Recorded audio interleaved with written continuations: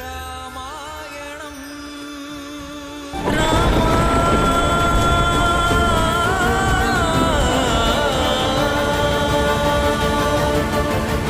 ராமா, என்ன கட்டளை இது?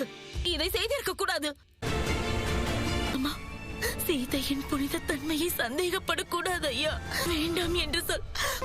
அவள் புனிதத்தின் மீது முழு நம்பிக்கை உள்ளது. சீதைக்கும் என் முடிவு மீது நம்பிக்கை இருக்கும்.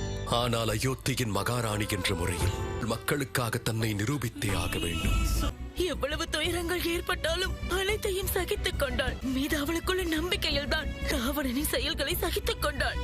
களங்கம் என்னும் சேரு ஒவ்வொரு முறையும் ஏன் சீதையை நோக்கியே வீசப்படுகிறது? உட்காருங்கள் அம்மா. ராஜ்யம் என்னும் விலங்கு இருக்கிறதம்மா. ஒரு அரசனின் நிலையை அவன் அம்மாக்களை புரிந்து கொள்ளவில்லை என்றால் எப்படி? இந்த அரியணையின் மரியாதை, மகுடத்தின் மரியாதையை பற்றி நன்கு அறிவீர்கள்.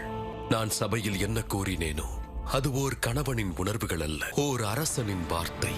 அதுதான் இங்கு உள்ளவர்களின் மனதில் சீதையின் மீது சந்தேகத்தை ஏற்படுத்தி இருக்கிறது. ரகுநந்தனின் மனைவி, ரகுகுலத்தின் மருமகள், மகாராணி என்ற முறையில் அவள் நடத்தையில் எந்த கலங்கமும் ஏற்படுத்தக்கூடாது என்று எண்ணுகிறேன்.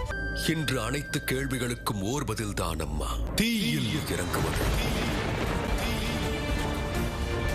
அரிய மலர்களால் உருவாக்கப்பட்ட காப்பு வனத்தில் இருக்கும் பொழுது சீதைக்கு செய்து கொடுத்திருக்கிறேன்.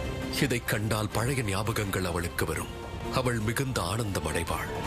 அதை மீண்டும் அவளுக்கு தருவேன். நிலவே நிலவே நீ அறிவாயே, உன்னை போலவளும் தூயவளன்றோ.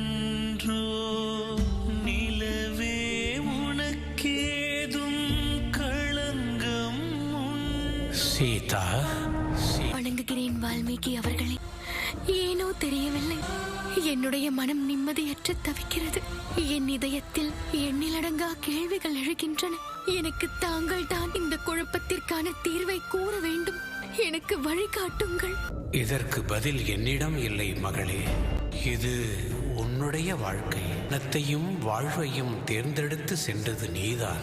அயோத்தியின் மகாராணியாக இருந்து முன்னோர்கள் ஆட்சி செய்த அரியணையின் மான மரியாதையை காக்க வேண்டியது உன் கடமை. பெண் இனத்திற்காகத்தான் நானாகவே இங்கு வந்தேன். என் மகள் சீதைக்காக வந்தேன். மனைவி மற்றும் மகாராணியின் தர்மம் ஒருபுறம் இருக்கட்டும், ஆனால் ஒரு பெண்ணின் தர்மம் என்ன ஆவது?